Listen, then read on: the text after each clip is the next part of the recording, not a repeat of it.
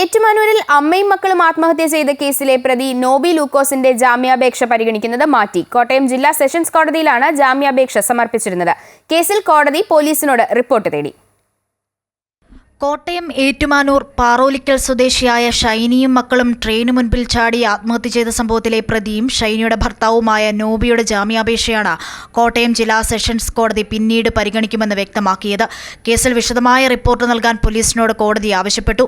Police report കിട്ടിയതിനു ശേഷം കോടതി ഹർജി പരിഗണിക്കും. പ്രതികൾക്കെതിരെ ആത്മഹത്യാ പ്രേരണാ കുറ്റമാണ് പോലീസ് ചുമത്തിയിരിക്കുന്നത്.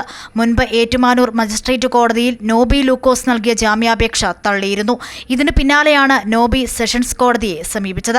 അതേസമയം നോബി ലൂക്കോസിന് ജാമ്യം നൽകരുതെന്നാവശ്യപ്പെട്ട് മരിച്ച ഷൈനിയുടെ അച്ഛൻ കുര്യാക്കോസ് ഹർജിയിൽ കക്ഷി ചേർന്നു. ഫെബ്രുവരി 28-ന് ഏറ്റുമാനൂർ അതിരമ്പുഴ റെയിൽവേ ക്രോസിന് സമീപം പാറോലിക്കലിൽ വെച്ചാണ് ഷൈനിയും മക്കളായ അലീനയും ഇവാനയും ട്രെയിനു മുൻപിൽ ചാടി മരിച്ചത്. അമൃത ന്യൂസ്, കോട്ടയം.